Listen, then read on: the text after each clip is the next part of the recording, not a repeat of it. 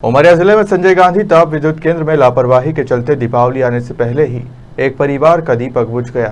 दरअसल कुछ दिनों पहले 3 मजदूर पैनल में ब्लास्ट होने के कारण बुरी तरह से झुलस गए थे, जिन्हें इलाज के लिए अस्पताल में भर्ती कराया गया था, जहां एक मजदूर की इलाज के दौरान मौत हो गई। उमरिया जिले के पाली में संजय गांधी ताप विद्युत केंद्र में मजदूरों के साथ हो रही घटनाओं के लिए विवादित है। यहाँ पर आए दिन मजदूर घटनाओं के शिकार हो रहे हैं। यहाँ पर कोलकाता की एक कंपनी आर्कालॉजिस्ट के द्वारा कोयले का काम मजदूरों के द्वारा कराया जा रहा है, जिसमें पाली के ही लोग काम करते हैं। मगर इस प्रोजेक्ट के हेड महेश राठौर की लापरवाही के कुछ दिनों पहले 3 मजदूर पैनल में ब्लास्ट होने के कारण बुरी तरह से झुलस गए थे, जिनका इलाज जबलपुर के महाकौशल अस्पताल में चल रहा है। वहीं रात में एक मजदूर कोयले की बेल्ट में कोयला डालते समय अधिक अंधेरा होने के कारण सुरक्षा के संसाधन न होने से उसकी मौत हो गई। अब परिजन मौत पर इंसाफ की मांग कर रहे हैं।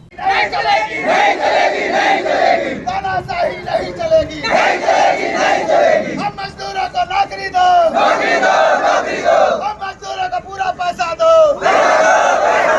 मजदूरों को पूरा पैसा नहीं मिलता,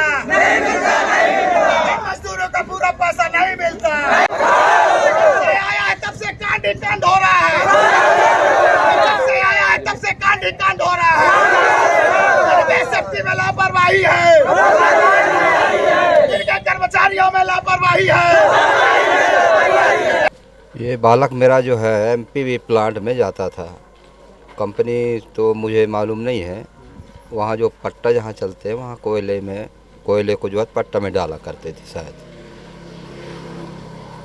ऐसा करके मुझे दामाद ने फ़ोन किए रात में, बड़े भाई का दामाद, 2:45 बजे। फिर अपने बड़े बालक के साथ मैंने गया तो हम मृत अवस्था में वही प्लांट में पट्टे के नीचे पड़े हुए थे। इनको सुरक्षा की दृष्टि से कुछ कोई सुरक्षा नहीं था, न तो बेल्ट दिया गया, न टोपा दिया गया, न जूता दिया गया, और वहाँ जो है तो अंधेला था, वहाँ कोई व्यवस्था नहीं। आपके बच्चे की जान गई, आप क्या चाहते हैं? मेरे बच्चे की जान गई तो हर लोगों को इस प्रकार का न हो, उनको लिए सेफ्टी हो, बेल्ट हो, टोपा हो, और मेरे बालक की जगह में मेरा जो है तो बालक है उसको सरकारी नौकरी दिया जाए। कंपनी के ऊपर जो उचित कार्रवाई हो वो कार्रवाई किए जाए। वहीं मजदूरों का कहना है कि ना तो कंपनी के द्वारा उन्हें सुरक्षा दी जा रही है और ना ही समय पर वेतन दिया जाता है, जिसके कारण उन्हें भूखे मरने की नौबत आ गई है। मेरा नाम नरेश प्रधान है सर, और कंपनी का नाम है आर्कालॉजिस्टिक कंपनी पीवीटी एलटीडी, कोलकाता की कंपनी है। और कंपनी ये पेटी में दे दिया गया था सर मजदूरों को काम के लिए, और ठेकेदार के नाम तो नहीं मालूम। और एक क्रेशर है वहाँ पर, जो क्रेशर कोयला पीसा जाता है क्रेशर, वहाँ पर यह घटना घटी है सर।